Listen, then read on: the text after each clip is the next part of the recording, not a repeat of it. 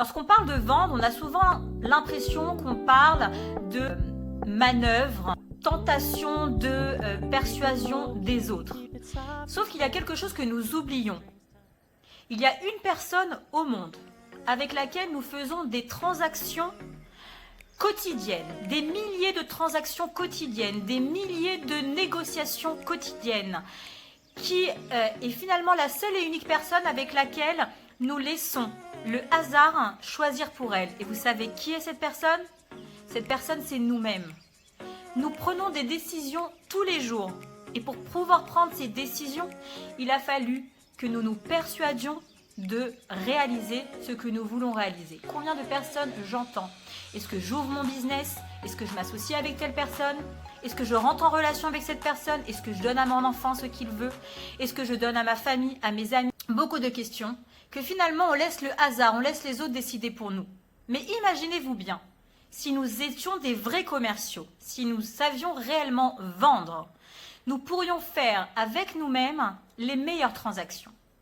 Le problème, c'est quoi? C'est qu'on a d'un côté peur de prendre des décisions, de ne pas tenir ces décisions, et d'un autre côté, on a envie du meilleur pour nous-mêmes. On a envie, à chaque fois que l'on fait un contrat avec nous-mêmes, que ce contrat soit le plus compliqué, le plus difficile, pour nous montrer qu'on est fort, qu'on arrive jusqu'au bout. Je donne un exemple tout bête, ok? Le sport. Combien de personnes se sont dit « Moi, le sport, je n'irai jamais, c'est trop compliqué, je n'ai pas envie, je n'ai pas besoin, ça ne m'intéresse pas. » Ok? La plupart du temps, lorsque finalement on décide de s'inscrire à une salle de sport, face à cet enthousiasme que nous avons, nous décidons d'y aller 3, 4, 5, 6, 7 fois par semaine. De telle sorte que finalement, ce contrat que nous avons fait avec nous-mêmes devient compliqué, surtout pour une personne qui n'a jamais fait du sport, qui n'a jamais voulu faire du sport, qui n'a jamais trouvé que le sport c'était quelque chose qui pouvait lui apporter.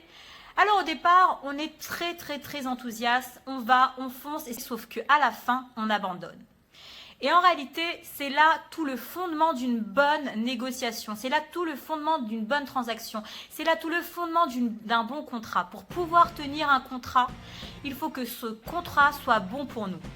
Quand je dis que ce contrat doit être bon pour nous, ça ne veut pas simplement dire qu'il va nous apporter quelque chose de bien.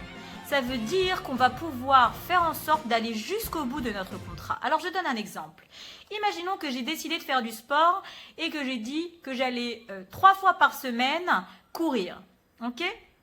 Mais j'ai mis dans mon contrat une clause très spéciale. Et dans cette clause, il y a écrit que je peux utiliser l'une des 3 fois par semaine où j'ai décidé d'aller courir pour non pas aller courir, c'est-à-dire qu'en gros, je peux trouver une issue de secours, entre guillemets, qui me permettrait que, une fois par semaine, si je ne veux pas courir, je sors mon chien. Alors, vous imaginez bien que cette clause très particulière, je vais l'utiliser à tort et à travers. Et beaucoup de personnes verraient dans cette clause particulière un échec de mon contrat, un échec de ma transaction. Mais en réalité, c'est tout le contraire. Pourquoi ?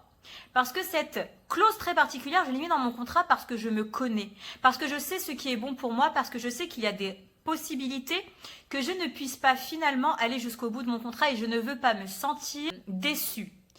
Donc cette clause, je vais non seulement l'incorporer dans mon contrat avec moi-même, mais en plus de cela, je vais l'utiliser. Je vais l'utiliser chaque semaine. Chaque semaine, je vais utiliser une des 3 fois par semaine où je dois aller courir pour aller uniquement sortir mon chien.